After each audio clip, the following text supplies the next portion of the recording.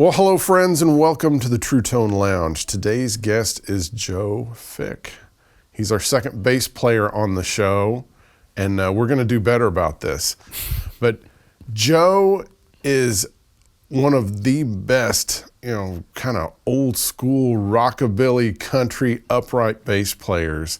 He is a veteran of the Don Kelley Band and is, of course, the band leader of its kind of offshoot, or the child of it, which is Kelly's Heroes, which plays Wednesday through Saturday night at Robert's Western World from 6:30 to 10 o'clock. Right.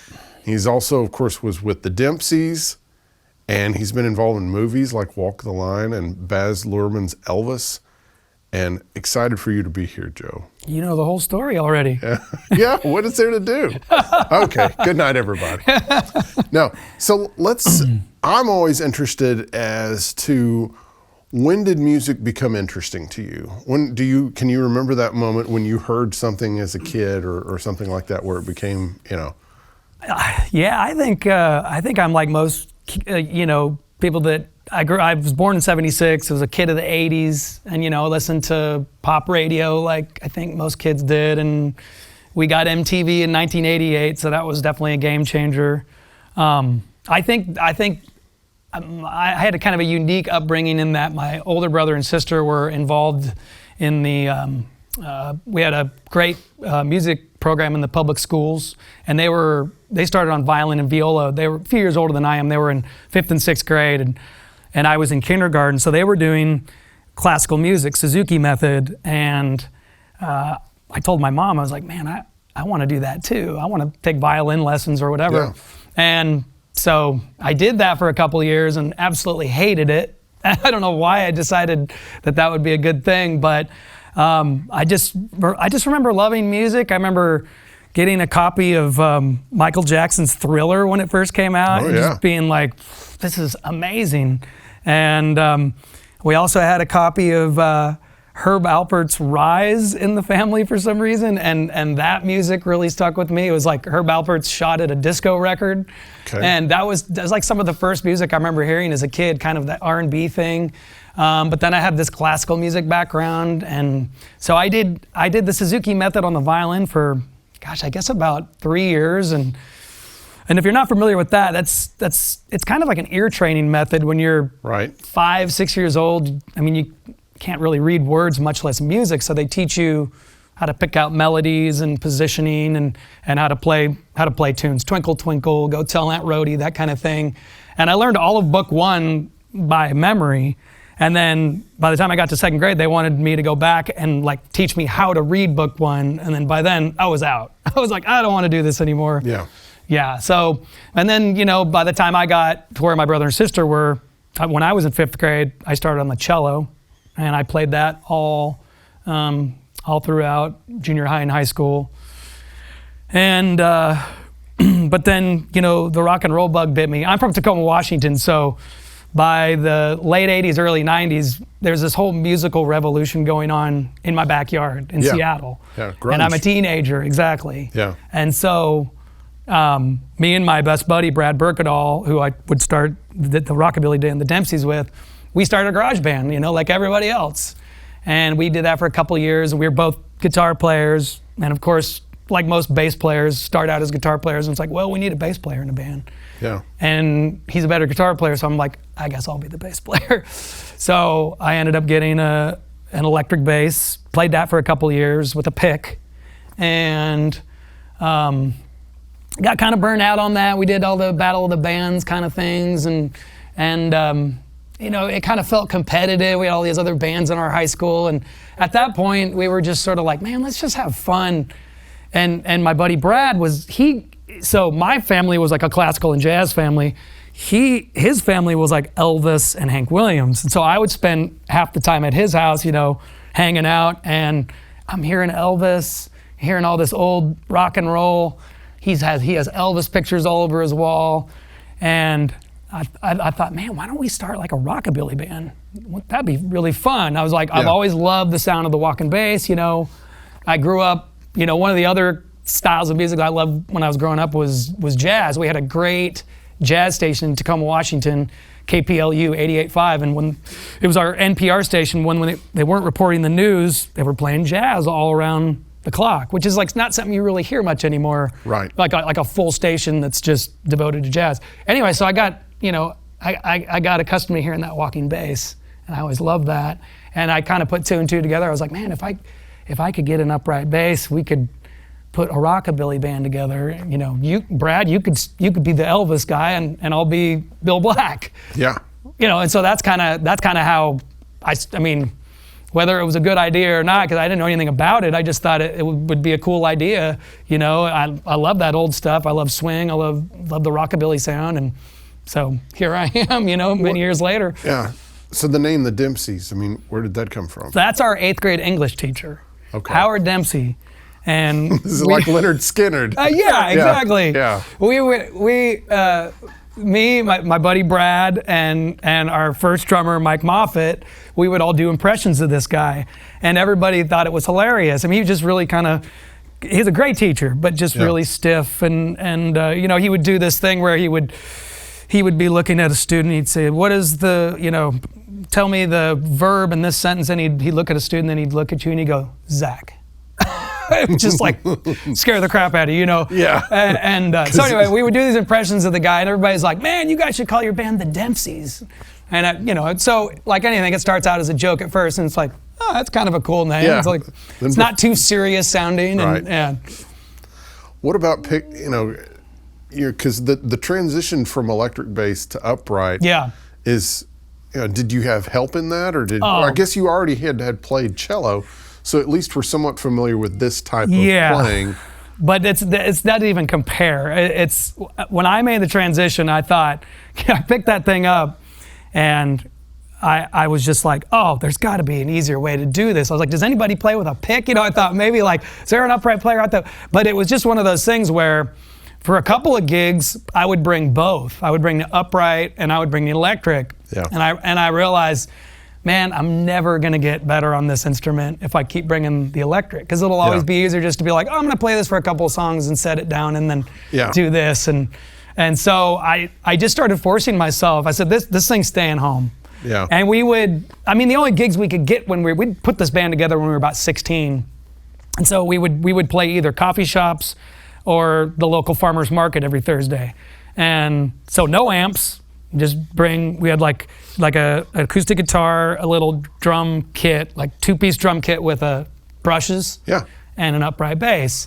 And I mean, about an hour in, I was getting the Johnson & Johnson Coach tape out and wrapping my fingers because I had big blood blisters. And I had no idea about gut strings. I had no idea about having a bass set up with decent action. I'm just playing like in tears, just like, this is just terrible. But I'm like, I'm gonna do this. I'm gonna get this. And eventually, 4 or 5 years into it, I discovered gut strings. You talk to more bass players, you figure out what they're using. Well, that was one thing I was going to ask you, is about, did you ever have any kind of lessons or any kind of instruction of any type, whether it was like a video or anything? Or did you Man, no, because this was like, I would say this is probably like 1994, 95. Yeah, it's and I mean, early for the internet and, yes, and such no things. YouTube. Yeah. I wasn't old enough to get into a bar to go see like a rockabilly band. I didn't even realize there was a term called rockabilly. I was just like, we play 50s classic rock and roll or whatever. So, because there's lots of idiosyncratic, styles, when it comes to like rockabilly bass playing. Yes. And so like, you're hearing this kind of thing and maybe you saw some clips of Elvis or whoever. That's it.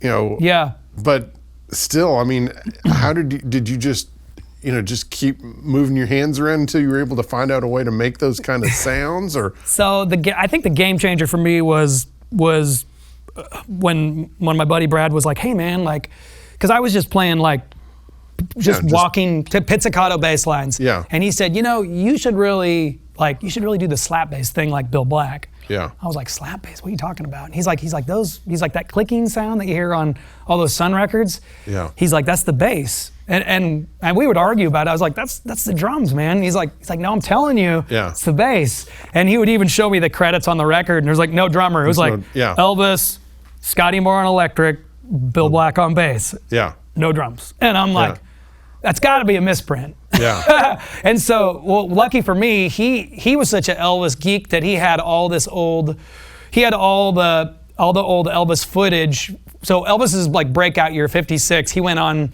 and did all these television appearances. So he went on like Ed Sullivan, he went on the Dorsey Brothers stage show, he went on Milton Berle, Steve Allen, and he had all those. And so we would watch all those television appearances, and if you look over Elvis's left shoulder, there's Bill Black.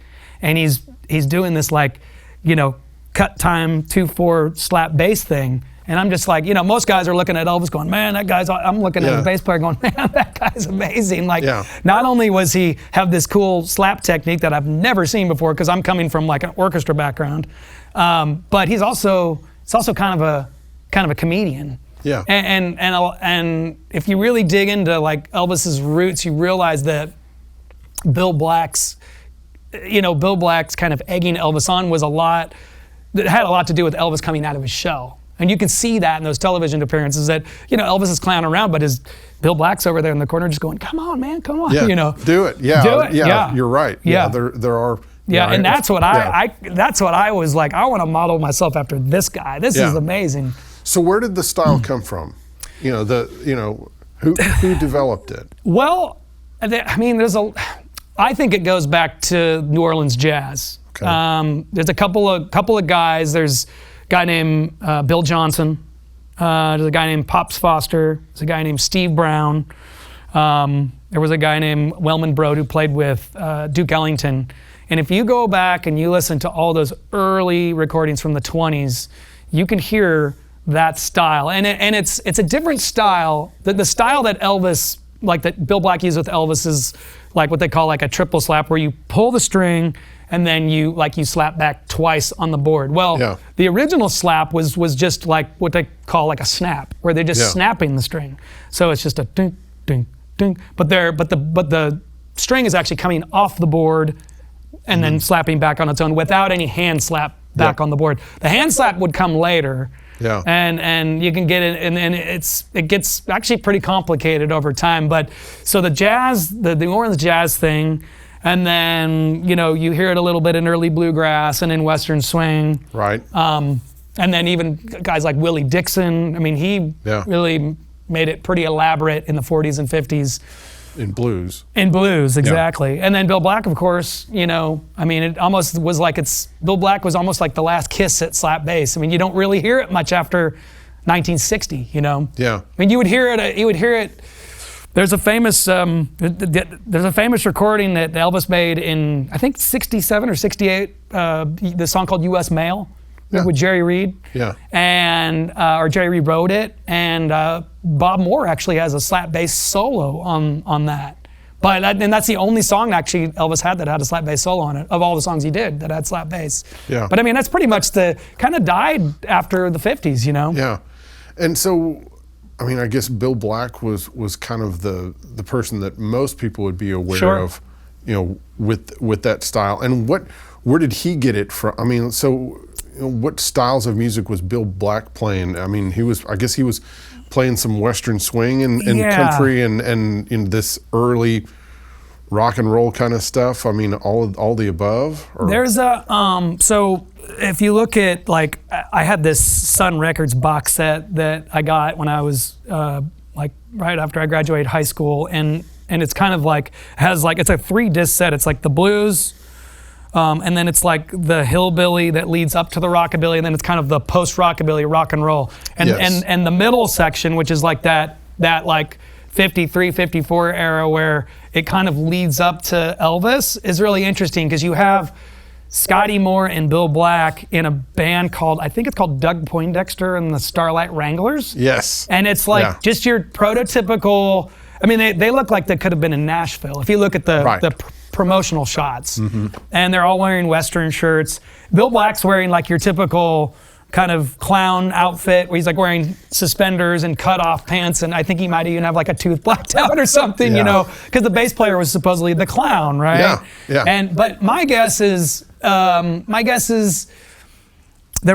living in Memphis, their proximity to Nashville. I'm sure they're hearing the Grand Ole Opry. I'm sure that country music, to a degree, is on the outskirts of town in Memphis, and so I'm sure it was just probably like when we listen to the radio now, like, oh, that's that sound, you know? Right. It wouldn't be completely unheard of to hear that slap bass sound.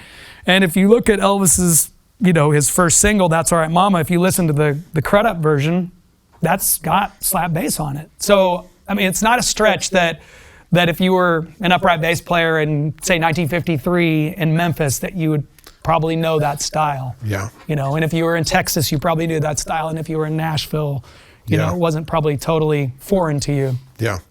Okay, so I know we took a little bit of a rabbit trail there, but let's get back to the Dempseies. Sure.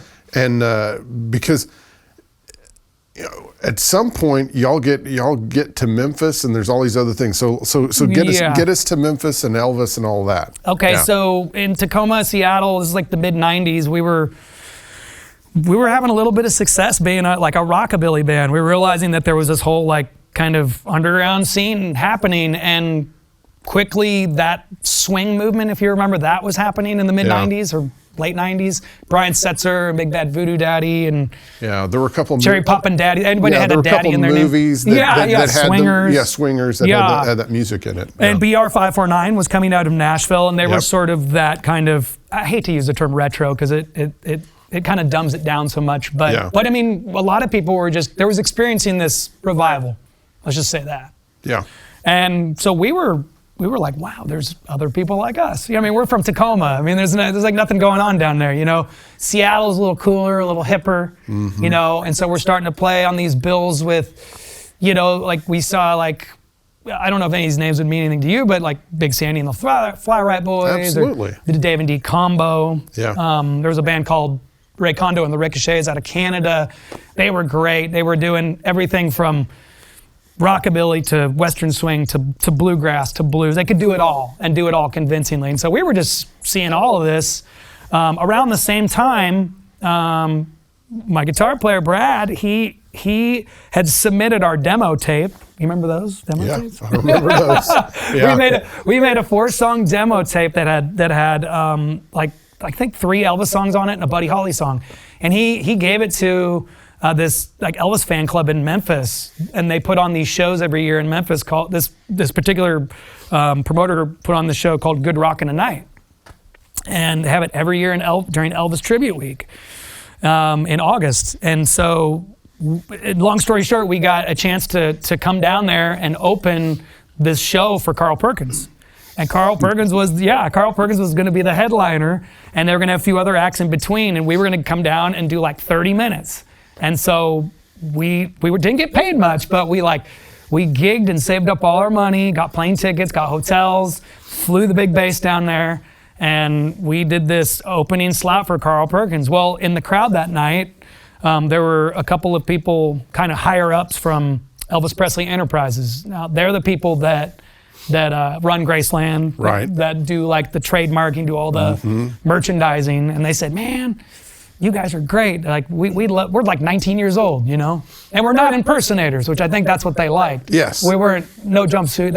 The impersonator thing has really come a long way. Like they don't frown upon it so much. But back in the 90s, they were very protective of the Elvis image, and they said, we like what you do. You guys are like a rockabilly band, kind of a la Stray Cats, but you lean heavily on Elvis. And we want to work with you guys. We have some more events coming up. We have a nightclub getting ready to open up on Beale Street in 1997. If you remember, like in the 90s, like everybody was getting into the nightclub game, like Yes. Planet Hollywood. Yes. And so they were going to take their turn at doing that. They were going to have like BB King's.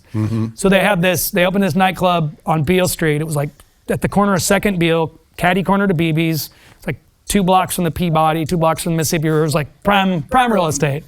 We're gonna open this club, and you know, maybe you guys can come play or something. So about a year later, we went into the grand opening, and shortly after, they basically said, like, we want you guys to move here and like play 3 or 4 nights a week at this club. We're like, we don't have a band in Memphis that can do this? Yeah. I mean, and they were like, well, no, not really. They're like, you'd really be surprised. Like the rockabilly thing of all places, isn't really happening in Memphis. So we moved. We just we got like a year-long contract, and like 1 year turned into like 6. I mean, they ended up closing in 03, but I ended up staying for 12 years in Memphis, from 98 to end of 09, right before I moved here. Wow. And it was like we weren't looking to like make it big or anything. What are you gonna do in Memphis, right? Yeah. We just wanted to work, and we worked 5 nights a week. We would tour. We recorded like a couple of records, you know, cool things like Walk the Line, you know, came about. You know, just little things here and there would pop up, but we mostly just played every night, you know. Yeah.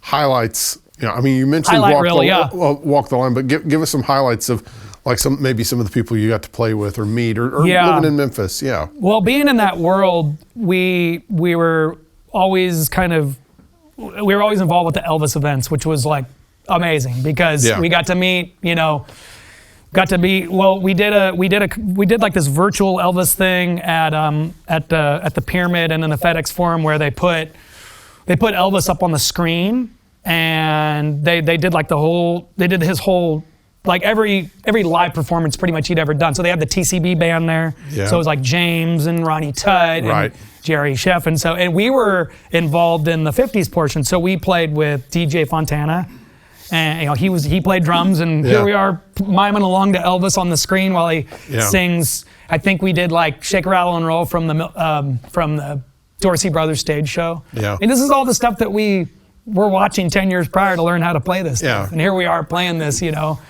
With the surviving guys. With the surviving guys, right? Yeah. And then let's see who else. Paul Burleson from Rock and Roll Trio. He was a big part of us. He would show up all the time at Elvis's club and sit in with us, and we even got him on one of our album covers. We recorded an album called Drinking Songs for Your Grandparents, and he's on the album cover, like holding his ear, like we're behind him playing. And it was kind of a takeoff on an old Homer and Jethro record that we saw. And, but yeah, Scotty Moore, DJ Fontana, and then we would play those guys in Walk the Line. Yeah. Tell us how that came about. Of course, Walk the Line was the Johnny Cash, you know, kind of biopic thing that came out not long after he passed away. Well, honestly, when we heard that they were getting ready to make a movie about Johnny Cash, we were like, oh man, this is going to be terrible. Like you know what I mean? Our thought was like, you know, what are they going to get, Tom Cruise to play him? You know, we had no idea what, I just, you know, I couldn't picture it. You know, somebody so iconic as Cash, it's like, I just don't know how you would pull that off. But the more we heard what they were going to do, they were coming to Memphis to shoot it. They wanted it to be as authentic as they could. And then when we heard about Joaquin Phoenix, I was like, man, that's actually really good, because at the time he wasn't like a huge actor. He had some parts, and I think he'd been in Gladiator, but he was still a supporting actor. in a lot of these movies. And I thought, man, I think that could really work, Well, the next thing I know, we're getting a call from our booking agent saying, hey, you guys need to go down and audition for this movie. He goes, we're getting some calls here at the office that they're wanting to, they represented a lot of groups around Memphis. They're getting some calls around the office that, we need some local Memphis musicians that'll kind of supplement in the movie, because they had guys that were going to play Johnny's band. Right. And they said, but just go down and audition. We were like, oh, okay, let's go down. So we went down and we did like 2 or 3, we did like a screen test where you stand in front of the camera and just say your name and, fill out some paperwork. And then the next one was like, bring your instruments and come play. And so we went down there not knowing that they had already cast Johnny's band. So we auditioned with Folsom Prison. Yeah. And the casting director, she was like, man, that was really good. She's like, the good news is, I like what you're doing. The bad news is, we've already cast Johnny's band. But, she said, we are looking for guys to play Elvis's band. Mm-hmm. There's going to be a Jerry Lee Lewis. There's going to be I think there's a Roy Orbison in the movie. Yeah. And we need these, like I said, we need supplemental musicians. My drummer at the time, he was like, man, he's like, if you don't mind me saying so, he's like, we know Scotty Moore and DJ, and we worked at the Elvis Club for years. Like, we've studied these guys. Like I think we could do a really convincing job. He's like, I don't know if you have any control over it, but could you put us all in the same band? He goes, I think we would do a really good job, because they'd already had a guy cast as Elvis, this guy Tyler Hilton. Yeah. And so the next thing we know, we're at one more audition. We're with the kid playing Elvis. And the director's there, and so we go through a couple of songs like "That's All Right, Mama" and I think "Milk Cow Blues Boogie," and we know how to do this. We're just miming along to it. These tracks have already been cut. Yeah. T-Bone Burnett did the soundtrack, and the director walks up and he's like, "Okay, guys, that was great. I just need you guys to go down and get fit for outfits." And we're like, "Wait, we got the part?" And he's like, "Yeah, nobody." He's like, "Nobody told you?" Yeah. So we were like the last to know. But I mean, it was a dream come true, because we'd studied that stuff, and just so to actually be on a movie set and try to do this as convincing as we could was such an honor. Yeah.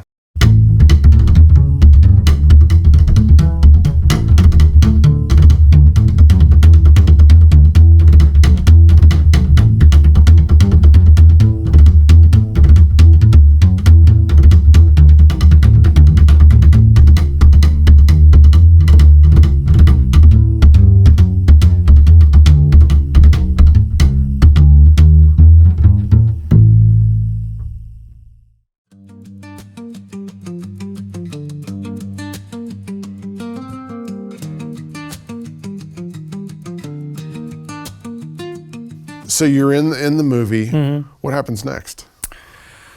Well, honestly, for the next, let's see, the movie came out in 2005. For the next, I guess, like 4 or 5 years, we hit it hard, touring, and we had a couple of records out, and we, I think, like most bands, it kind of ran its course. But I mean, I will say this: for some guys that started when they were about 16, and the band lasted almost 15 years to the day, and that's pretty incredible. That's amazing. Yeah, I think by the middle end of 2009, we were like, everybody was starting to, we were all in our early 30s, and I think directionally everybody's starting to feel like they wanted to do different things. And I had always had it in the back of my mind, because the Dempseies, we'd spent a lot of time on the road, and a lot of it was actually here in Nashville.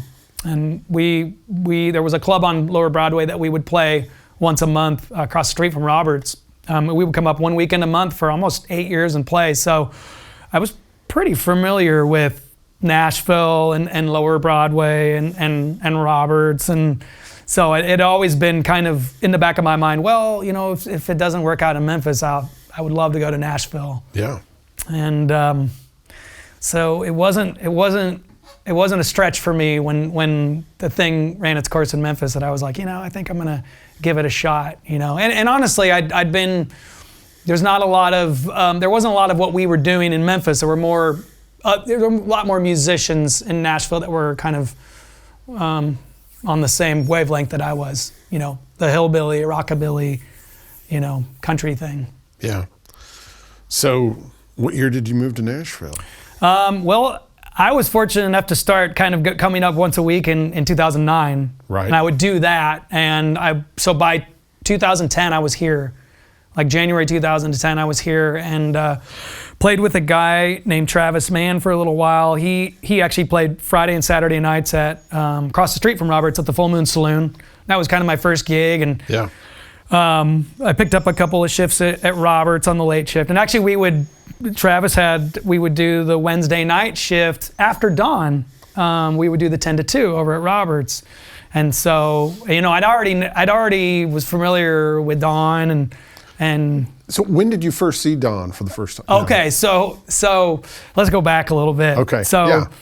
In 1998, when actually in 1997, when we did the grand opening of Elvis Presley's Memphis, the nightclub in Memphis, we'd heard about BR 5 for 9 in Robert's Western World, and we were like, we got to go check this place out. Like this Western store / bar where they got boots on the wall, and I had that live record, and I'd look, listen to the BR 5 for 9 live record a million times and looking at all the pictures inside, and I was like, I got to see this place. So me and my band members, we rented a car. We were only 20, and we drove all the way to Nashville, parked off of Lower Broadway, walked all the way up to Roberts, stood outside, and got in the car and drove all the way back to Memphis just so we could see Roberts. So we drove 6 hours. They wouldn't even let us in.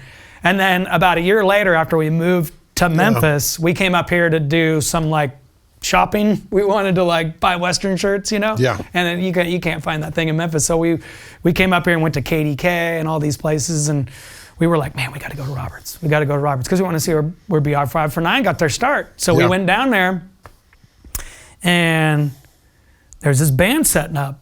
What's this? And they launch into this first song. I think it was Working Man Blues or something like that. And it's Johnny Hyland and Don Kelley. And I'm just like, well, I'd never heard guitar playing like that. I mean, my knowledge of great guitar playing was Brian Setzer. You know what I mean? I was coming from that. He was a great player. Yeah. But I mean, I'd never heard that kind of hybrid style. And so, I mean, immediately we were we bought the CD, and from that point on, we were coming up to Nashville once a month to check out Don. And then the next thing I know, Dave Rose in the band, and because Don had an electric bass player named Ron Lutrick in the band, and he was great, but I was an upright player, so it was just next thing I know, Dave's in the band. I'm like, what? And Dave's taking these solos, and he's having this whole new dynamic to the group, and just super tasteful too. He's not my whole thing was slap the whole time and just bulldoze my way through everything. And Dave was just so tasteful and picked his spots and had a great finger style and also a great slap style. And yeah, so I would say 98, 99 is when Don came on my radar, and I was just we were obsessed. We were just every time we were in Nashville, let's go check out Don. And then we saw some of the subs we saw Kenny Vaughn play with him once, and we saw James Mitchell play with him. And then the next thing I know, there's this guy Guthrie Trapp, and my buddy Brad, he went down early. He's like, you gotta go check. He's like, Don's got another one, man. He's like, he's got this guy named Guthrie Trapp. I'm like, what? I thought Johnny was just this one of one kind of you know, and then to find out that there's just all these guys hanging around Nashville, and Don's just picking them up and plucking up the best one, and finding the best parts out of all of them and knowing how to showcase it. Yeah. It's just, anyway. Yeah. So you moved. So this is 2009, 2010. Yep. You moved to Nashville, and you're playing with Travis Mann and stuff like that, and you're also kind of, still kind of checking out, Don Kelley and other things. And so what's happening next? Well, I got Dave Rowe was my buddy, so I would always go in and say hello, and JD, who we talked about that earlier. JD. Pretty much he's the reason I think, that I've got the gig. He kind of put a good word in for me. And so, we talked about this earlier, but when I'm about 10 years older than JD, and when JD was a kid, you know, most parents will say like, hey, where do you want to go on vacation this summer? Like, you know, Six Flags or Disneyland, or, well, JD being the music nerd that he is, he was like, his two favorite things as a kid were Elvis and the Blues Brothers movie. Yeah. And he's like, I want to go to Memphis. Yep. And so his parents take him to Memphis, and he came to the club that I was working at. I don't remember this. Yeah. But in 1998 or 99, and he remembers being like 12 years old and seeing the Dempseies play. Well, about 10 years later, we walk into Roberts. Well, who's the new guy in Don's band? Oh, it's this guy, J.D. Simon. He's wearing this like purple Manuel suit, and he's got long hair, and he's like, we're like, man, this guy's great. This is like a whole new, this is rock and roll, man. This is, you know, but he's playing country. Yeah. And JD looks over, and me and Brad are standing off to the side of the stage, and he's like, Dempsey's? Yeah. And we're like, yeah, you're great, man. Who are you? And we strike up this friendship. So when we would come up there on the weekends to play across the street, JD would call us up during the day, and he'd be like, hey, what are you guys doing, man? You guys want to go hang out? And so we would go and have lunch, and he'd take us to his house, show us all his guitars, and him and Brad would swap licks and stuff. And they were both, we're all Elvis fans, so we'd just trade out funny Elvis stories. Well, when Dave was getting ready to leave Don, JD was like, he called me, and he's like, hey, man, he's like, you need to call Don right now. I was like, wow, what's up? He's like, Dave put it in his month's notice, and you know, he's like, you need to call Don. Just call Don. Yeah. I'm like, what, do you think I got a shot at this, or what's going on here? I was like, I'd sub for Dave a couple times, you know, but it wasn't very. Yeah. I didn't think I did a great job. I just was kind of hanging on by a thread. But I called Don. I said, hey, you know, Don, I said, I heard Dave's leaving the band. I said, you know, put my name in the hat. And so Dave's last gig with Don was February. I remember this because it was, you know, getting the Don Kelley gig was a big deal for me. So February 26th, it was a Saturday, and it was Johnny Cash's birthday. And that was Dave's last gig with the band. And I remember going in and watching him play that night because I knew, and he was my favorite. And Don, I think maybe the next day, I saw him at Roberts, and he goes, hey, what are you doing next week? And I was like, nothing. I didn't have any 6 to 10s. All my gigs were 10 to 2s down there. He's like, well, why don't you come play? I was like, okay.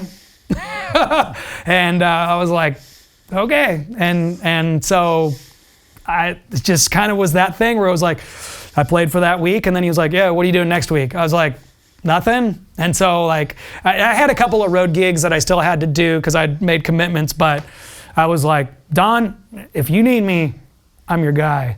Yeah. And JD was in the band, and I mean, this was a dream band. This was like, you know, Artie Alanikoff on drums, who was Don's drummer for like 30 years already. Yep. And JD Simo, who I was already good buddies with, and we got along great. And Don, who was just Don. Yeah. and I'm just like, this is the band I've been watching for 10 years going, this is musicianship to me. You know, this is, I would love to be in a band like this. Here I am in a band like this now.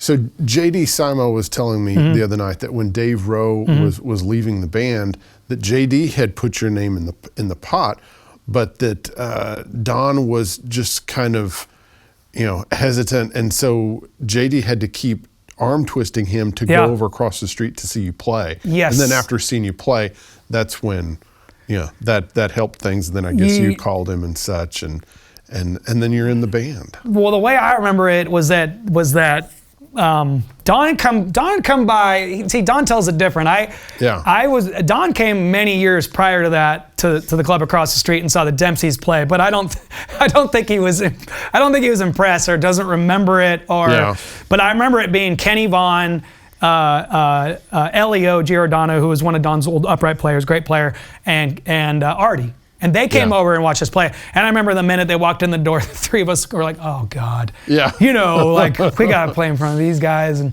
anyway, but if JD tells it that way, then maybe that's it. Yeah. Yeah.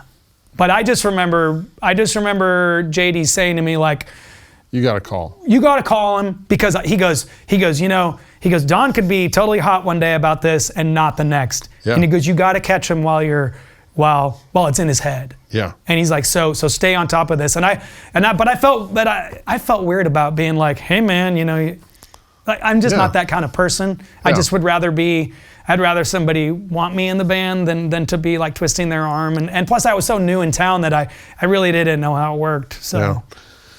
Tell me how you changed as a player working with Don. That's a good question, because I thought that I was a pretty decent player when I got there. Yeah. But I thought Don's got a lot of fast songs. I can play fast. But man, there's a difference between like fast and hard. And like I could play fast like quietly, but man, there's a I don't know if that makes sense, but there's an intensity and a volume with Don that I remember the very first time subbing for Don. Both Don and Artie were saying, "Hey man, can you turn up a little bit?" Because I literally couldn't get my bass to stop feeding back. I'm like trying to wrestle a grizzly bear over there, trying to get the thing from ringing. I'm playing songs that I never play, and Don plays things very on top, but not rushing. And my thing was like, I rush. And so he's over there like, yeah, I want this hard and intense, but don't rush. So he's over there chopping, to let me know that like, you're pushing, don't push. Yeah. And I'm like, oh, okay. So, I thought I had it all figured out till I got in that band. And then there's an intensity to the way those guys play. And it's not, the guitar player gets to play a lot. But the bass player, the way Don likes his rhythm section is that's the unique. You've had a lot of his guitar players on this show. Yeah. But but my perspective, the way Don likes his rhythm section is actually fairly simple, but like pronounced and to the point. And when I got to town, I always said the two bass players I want to play like are Dave Rowe and Don Kelley, because Don had a Sunday night band that he would play bass on. His Sunday night band was great. He had a late shift that he would play, and he had a fiddle player, Josh Headley, and he had a guy named Porter McClister, who you need to get on the show. He's just a character. Yeah. And he had a guy, he was either Jerry Rowe or John Radford on drums, and Don would play bass. And Don is just like a bare bones, meat and potatoes, 2/4, or just walking, nothing, and a little bit of funkiness sometimes if it called for it. But he was so intentional with the way he played, and hard. And I remember thinking like, if I could slap like Dave Rowe, and be tasteful like Dave Rowe, but have that intention like Don, I would be happy. Yeah. And so I try to model myself after those two guys. I don't know if I've hit the mark or if it's like gone off in another direction, but in 2011, 2012, that was my intention. And I don't know if I got off the tracks here a little bit with this. No, that was perfect. Yeah. So, because I imagine it has to be, because I think, as a guitar player that's interviewed a lot of guitar players, I've focused so much on the guitar players, even when going to see him live. Mm-hmm. I mean, I remember knowing JD and knowing what he played like, and then going to see him after a couple months of playing, and the huge difference. Or Daniel Donato, who was like a kid. Yep. And all of a sudden, in less than a year, he was a completely different player. Oh, absolutely. Yeah, I mean, he had made these huge strides. So, but I'm sure the same thing happens with, everyone else that joins the band, because it's either you cut the mustard or you're going to get kicked out. Yeah. But what are some other areas in which, because you talked about how, and JD talked about this a little bit last night, in that Don kind of tried to rope him into kind of being, more of kind of a partner kind of thing. Mm-hmm. And, and I use that term, gently, but that he really didn't want to do it because JD was already thinking about going off and doing other stuff. Mm-hmm. And so, but it sounded like he started kind of coming alongside you in also not just the playing part, but also in some of the business aspects of it. Well, it's funny because when I first started playing with Don, JD was actually the guy that would pass the tip jug. Yeah. And I remember JD coming back one night after passing the tip jug, and he was like so frustrated. And he was like, he looks at me and goes, "Hey man, you want to do this?" Yeah. I was like, "Do you want me to?" He's like, "Yeah." He's like, "I hate doing this." I was like, "Okay." And I had already been like, I was playing with other groups down there, and that was kind of like, I enjoyed it because I like to get out there and talking to people, and I thought like, you'd watch people pass the tip jug and they would like gloss over big groups of people. Like, "Hey man, you missed that." We're all down there to try to eke out a living. Yeah. And I think so. When I started passing the tip jug, I think Don realized like, oh, this guy's kind of the face of this band now. He's a nice guy. He goes out, he shakes hands with people, and I think maybe the money went up a little bit, and so he's like, Joe, whatever, you're passing the jug, and I remember going to New Orleans one time with my wife, and we saw these guys on the street, like they were like musicians, they were like peddling CDs, and they had all this. They had all this banter, and I kind of picked up a little bit of that, and I'm like, man, maybe this is what we need to do. I mean, we're down here, we are working for tips, and we're selling CDs. So I was like, man, any little bit of this that we can use. So, I mean, I think that when we talked about the business side of it, and I think too, like the band was, JD changed that band in that, before it was just a band of musicians, and they were entertainers, but Don was the entertainer. Yes. Before that it was like virtuoso guitar player, Guthrie Trapp, and it was like Johnny Highland. But JD brought this, exactly. JD brought this like extra element of show.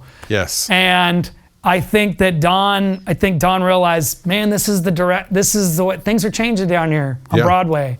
And I think maybe when I came along, it was like, because I was coming from the Dempseies, and we were like 100% show band, probably more so than we needed to be. You know what I mean? It was like really over the top, and so Don managed to get a little bit of that out of me. He definitely wrangled me. He's like, "Hey, you need to kind of calm that down. Okay, this is where he makes me I had a song called The Auctioneer, and that was like, he realized like this is your tune. This is our tip jug song. This is like your show song. Like, we're going to use this. This is going to be this will be the Ghost Riders for the first set or whatever, and so sometimes I think that's probably why I got the gig, was because of that tune, It's not that I did it that tune, but I could just play it super fast, and crowd, so. And I think that's when you say the business aspect of it, I think that's probably just maybe what I brought to it was a couple of tunes, the tip jug. But also, it's show business. Yeah. And I think you can just have a bunch of guys just wailing. Yeah. But then if they can wail and they put on a show so that people that aren't musicians can dig it also and really get engaged when they see you, do some of the old tricks like getting on the bass and all those things, playing guitar behind your head and all riding it like a pony, all that stuff.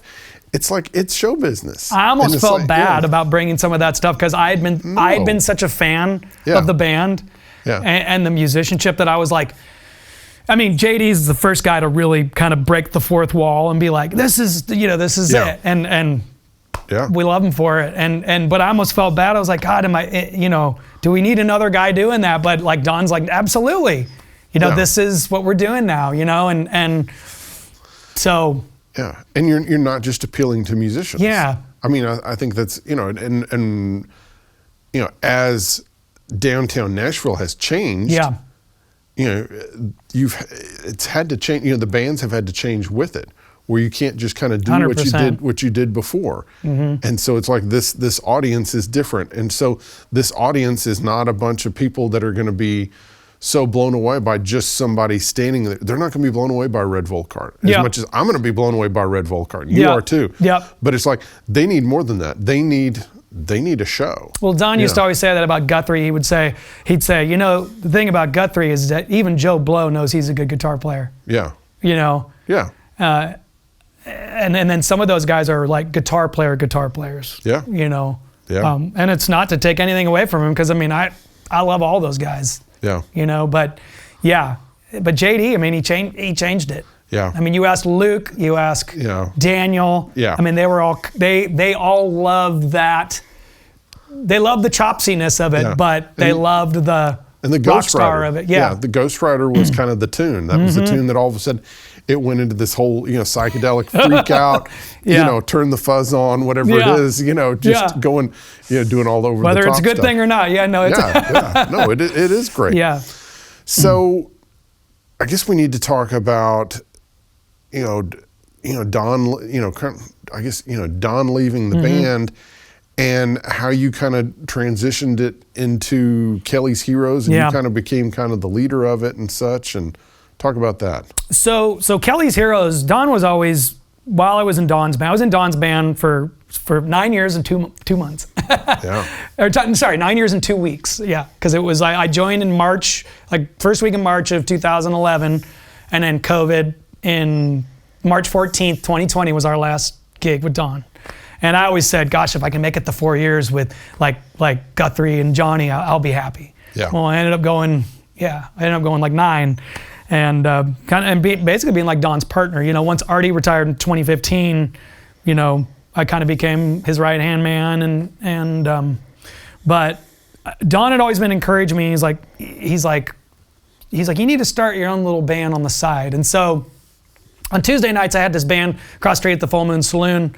It was started with David Graham and the Eskimo Brothers, and then he got busy, so I put together this band called Kelley's Heroes, just as a joke, because I was playing with Don Kelley. It was me and Porter. Okay. And I think John Radford was the first drummer. And so we would just play Tuesday nights to nobody over there, a lot of the same material.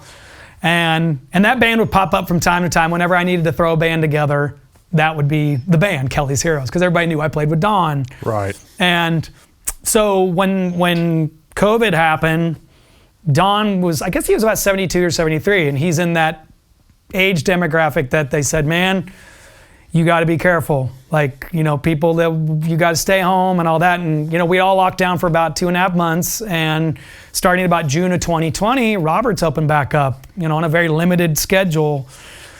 And I had called Don every day. I'm like, man, are you going to come back to work? I was like, please don't leave me down here by myself. Yeah. I don't want us to have to step into these shoes. And so the original incarnation of that was me and David Graham, Luke, and Billy Van Vliet, our drummer. And so David and I did all the singing. We had 2 guitars because we wanted to be a 2-guitar band. And David started to get busy again with his band, go out on the road. And so it was like, well, I guess we're a trio. Do we try to find a fourth? Yeah. But then it was like me, Luke, and Bill. We're like the only guys that really kind of understand how to play these tunes the way we want to do it. And Luke was enjoying the trio, and he was saying, man, this is really challenging for me to have to play rhythm and lead. And so we basically, Jesse Lee Jones, God bless him, he said, man, you guys just keep playing. He goes, I want you guys to have those shifts. He's like, he goes, there's a lot of bands here that want this shift and then that could probably do it. He's like, but you guys are carrying on this sound and this tradition. Yeah. And I want to say that in no way did I ever feel like I was trying to be Don or trying to step into his shoes, because Don's a one of one. There'll never be another Don Kelley. I don't have that knack for finding guitar players. He's kind of like Miles Davis. He's just one of those rough kind of guys. He can get away with saying things to certain people that nobody else can. Mm-hmm. And so Kelley's Heroes to me is the remaining guys of Don's last band. And we all want to be there. We're all brothers. We all get along really well. And it's a band.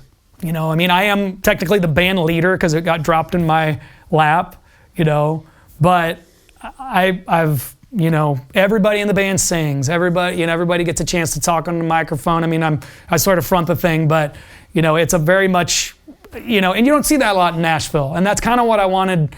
I kind of wanted to have, you don't see a lot of bands that continue to be the same members, you know? Right. And fingers crossed, we continue to be the same members, you know, because it's something special. I hear that all the time on Lower Broadway. People come and they're like, man, like, we've gone up and down the street, but you guys are really like, there's really nothing like you guys. Yeah. You know, and I think that's just from keeping that core unit together. You know, we work enough to keep it together, and we try to change the material up enough. You know, it's not the exact same set every night. I mean, there is some stuff we lean on at certain times of the night that works, but we try to keep it interesting for each other. And so, yeah, that's where Kelly's Heroes is right now, 5 years into it. You know? How do you feel the band has changed from, you know, because I think you've done a couple of reunion shows with Don, including a big one where, of course, you had a lot of the alumnus come out and y'all played on the street, which was fantastic. But how do you feel that the band has changed with Don leaving? So we've tried our hardest to keep all of that material that he did in the set. And not just because we feel like we should, but it's because it's like we love playing it. And it's like some of those songs seriously never get old. You know, I mean, we've played them a million times, and I'm like, I still love calling some of these songs. I think you really notice it when Don comes back and plays with us, because the way he plays flat top, I mean, nobody plays flat top like Don. I mean, he has this sense of rhythm that is just so specific to him and his personality. And I mean, he just inserts himself in there, you know, like, hey, this is where it's at right here, guys. You know, y'all may be your own band, but when I'm here, this is where it's at. This is it. It's right here. And that's great, because I mean, for me, it makes me really play better. And I mean, when he's there, he comes in spots for maybe like 3 or 4 times a year. I like just playing bass sometimes. I like not having to call the songs and sing, you know, 50% of the material or whatever. I got the other guy singing now, so it's not so taxing vocally, but it's really nice to have him come back. And I mean, he's just there's nobody like him as an entertainer, as a band leader. I mean, Red says he's the best band leader that Nashville ever had, and well, all the guys believe say it. that. Yeah. He really is. To watch it from the audience and to actually be on stage, it's like surreal. I've watched it for 10 years at least, and then the very first time I ever subbed with Don, I'm like, I'm standing there looking at him going, oh, whoa. And I just felt like I got run over by a freight train when we launched into the first song, just trying to keep up. And it's still like that when he comes back. He's so assertive the way he plays. Yeah.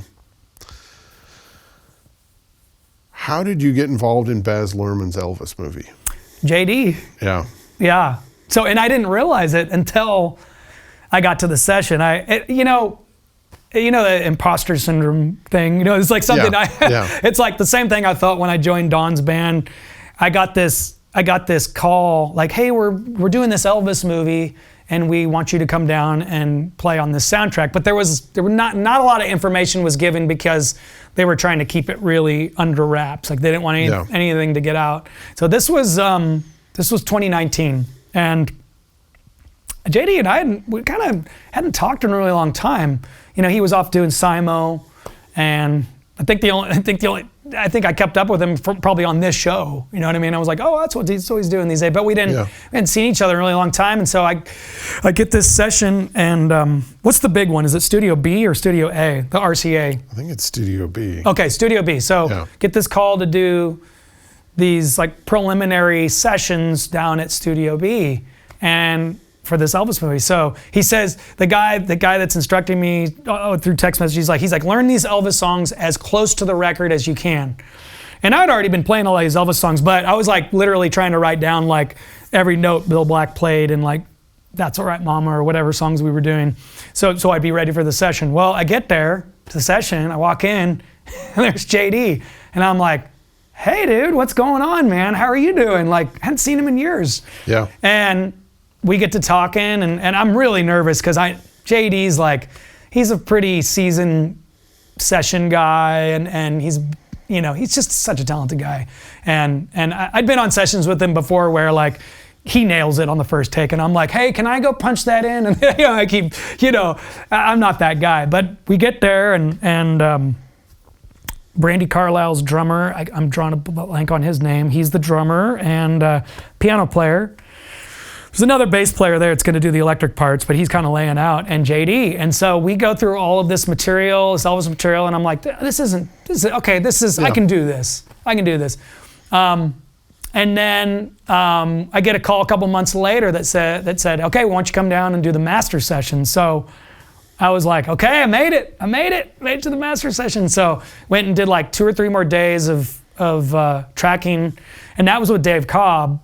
And I'm an idiot. I had no idea who Dave Cobb was. I'm in my own little Don Kelley world, doing my thing every night, and come to find out, he's like the hottest guy at the time, and still is. And one thing I remember about the way he was perfect for that, because if you're going to capture those early Elvis songs, you got to do it live.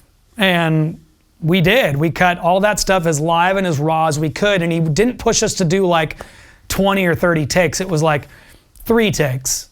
And I remember one time we were cutting that song Heartbreak Hotel, and he kept saying, hey guys, it's I don't know, we were either playing it too fast or too slow.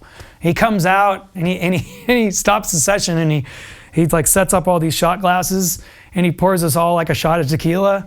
And we all just did a shot of tequila, and he's like, all right, now let's cut the song. And I think we did like 1 more take, and it was like, that's how I want it, perfect. And so anyway, so COVID kind of made the whole production of Elvis take longer and longer and longer. It didn't come out till 2022. And so for 3 years, I'm like thinking, man, I sure hope I didn't get Nashville like replaced. Because I kept thinking like, man, I just know Dave Rowe's going to come in and probably, Dave's the guy. Yeah. Dave's the guy. And I saw like a preview for the movie, and I told my wife, I was like, that just doesn't sound like me in there. And I remember texting JD, and I'm like, well, the movie comes out tomorrow. Are you excited? You going to see it? And I kind of subtly hinted at it. I was like, well, I hope I made the cut. And he's like, oh, you're in there, man. And I waited till the very last bit of the credits to finally see my name in there. I'm like, okay, because I didn't, I wasn't going and bragging to people that like, hey, I'm in the new Elvis movie, because you just never know. Like if you're right. Same with Walk the Line. I didn't know if we were going to hit like the cutting room floor, or or if you'd be seen at all. Yeah. Well, that's. It was great to get involved in that, being an Elvis fan, and some the Dempseies and everything, kind of being able to take that and come full circle with JD.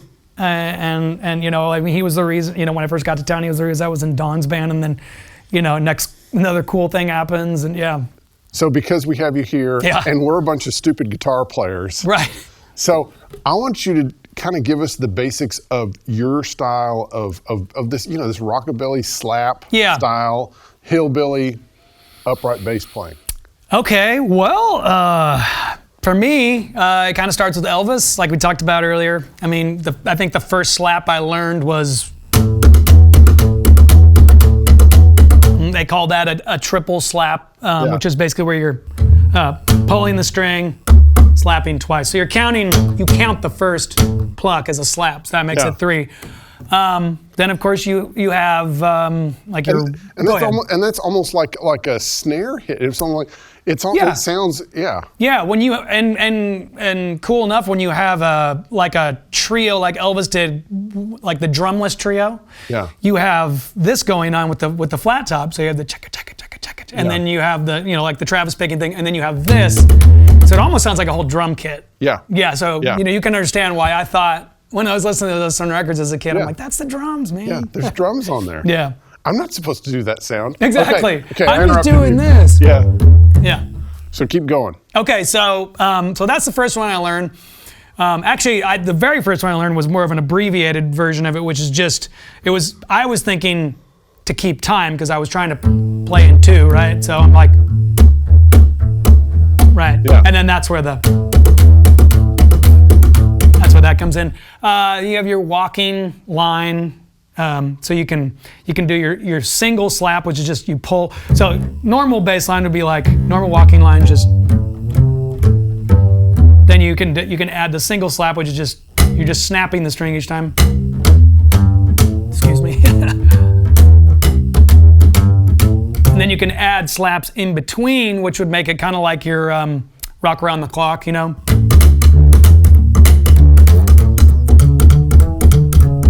And that's slowly. That's just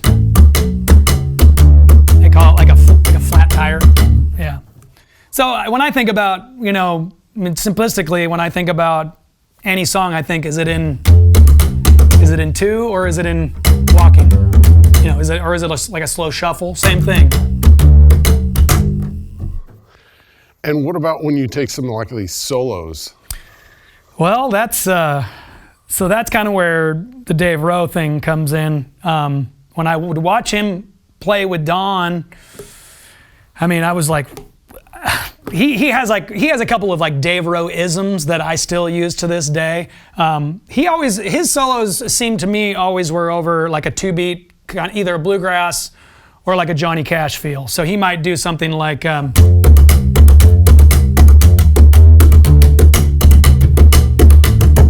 Slow triplet kind of feel, or you do like,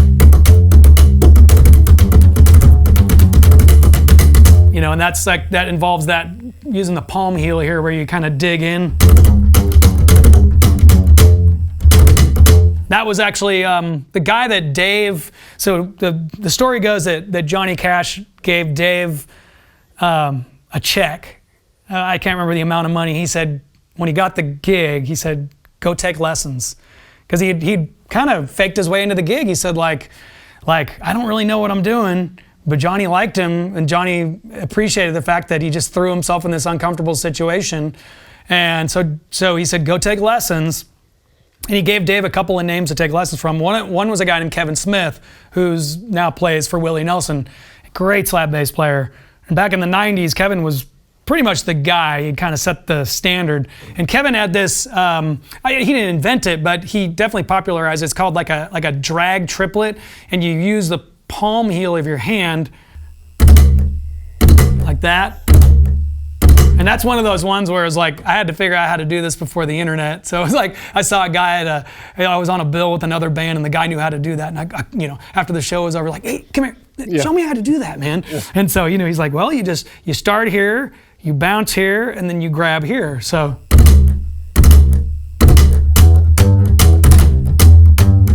And Dave used that all the time, you know.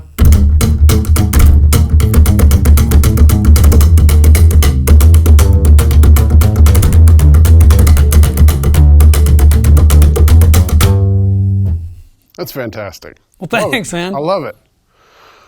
Well, Joe, I really appreciate you, coming down here, telling us your tale, and especially, showing us a bit of us stupid guitar players about hillbilly, rockabilly, upright bass. Now, you actually have a lesson, some videos out there. Tell us how, if people are interested in that. So there's a course on Discover Double Bass. That's the name of the company. It's an online course, and it's called Slap That Bass, and it's almost 4 hours. I don't do too much of a dive into the left hand because I don't have much of a good left hand. But the right hand is what the course really concentrates on. That's the slap technique, and it takes you literally from beginner, like single slap, to double slap. It goes through all the. I've kind of broken into 3 sections. So you go through all the slaps, and then we get into kind of what I call the extensions or the embellishments. That's kind of what we were talking about with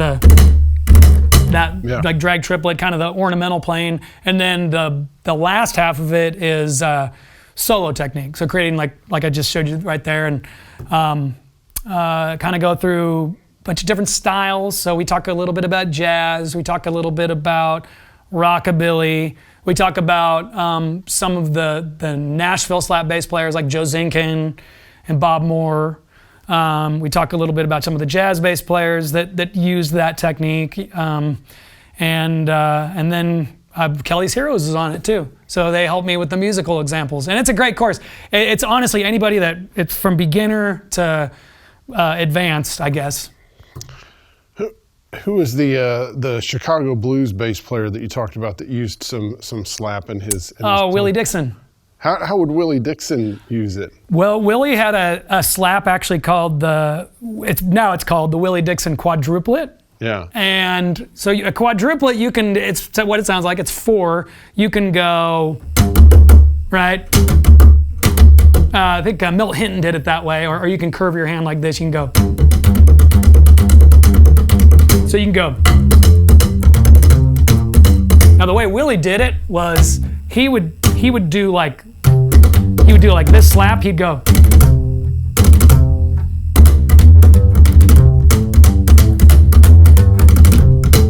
It's early here. Let me try it again. Okay, so he would put together.